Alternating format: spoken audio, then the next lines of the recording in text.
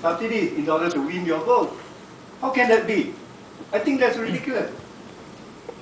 There are more ways, definitely. For God's sake, there are more ways that the politician or the government of the day can do away with subsidy. That's my opinion. Thank you. I'd like to respond to some of the questions that was being brought out. Firstly, as I agree that we have to see who this subsidy should be given to. Firstly, basically, I think to identify the poor is also a challenge to us, because the problem is that rich people become poor overnight because of subsidy. That's one. Secondly, we could see that there's no sincerity to identify the targeted group. Because firstly, either they go to, according to qualification, I call it as qualification, races, or political parties. This is a challenge to us. That is why if you were to look, by right, 1st of December, Subo project, they're supposed to be off, but it has to be withdrawn. Subo is actually the ST15, the rice, to help the poor, giving coupon to the targeted group. But yet, because there's a lot of abuse and identify the poor, it has been postponed. This is our challenge, because there's no sincerity. Everybody, once we have subsidy, everybody will say that, I'm a Malaysian, I have the right, I stay in Malaysia, and a lot of streams of the demand is there. So earlier I give a very, my ministries and what are the items that is being subsidized, actually to give thoughts to you, for everybody, for food of thoughts. You see, as we say that subsidy, when I joined the ministry, I began to talk to my minister. I said, hey minister, I said, basically like flour, like sugar, I think the poor people per month, I think the most they add is 1 or 2 packets only. The poor people. It benefited the traders actually.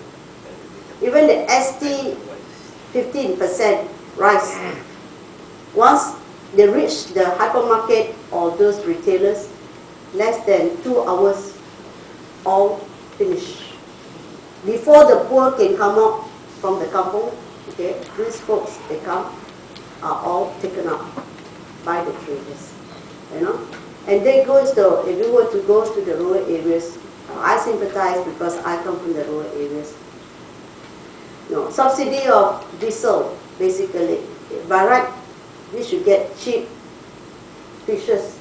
But sad to say, when they arrive at the rural areas, the kembung, fish will cost more than $12 to $14 for the poor people. And the poor people only comes out to buy fish around 2 or 3 o'clock, where one plate of fish will cost them around 1 or 2 ringgit. That is, the fish is going bad. It's already stale. Those fresh fish, they are unable to buy. So all these, I have actually talked to my ministers, And recently also, I told him that it's time for us to pull out like sugar. I think per family, some per family will, 1 packet of 1 kg of sugar will last them for 6 months, or some, the most is 1 or 2 packets. But since then, we are subsidizing for big companies. We are subsidizing for IKS traders. See? So initially, we wanted to pull out the subsidy. And when our paper went to the cabinet, we give few alternatives.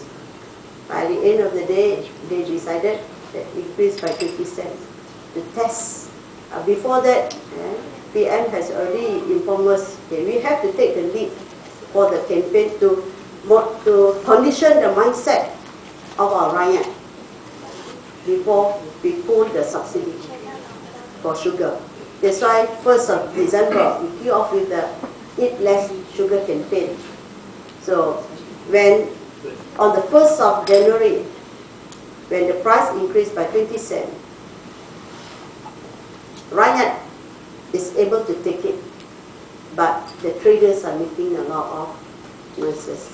I'm sad to say our FOMCA also was against us.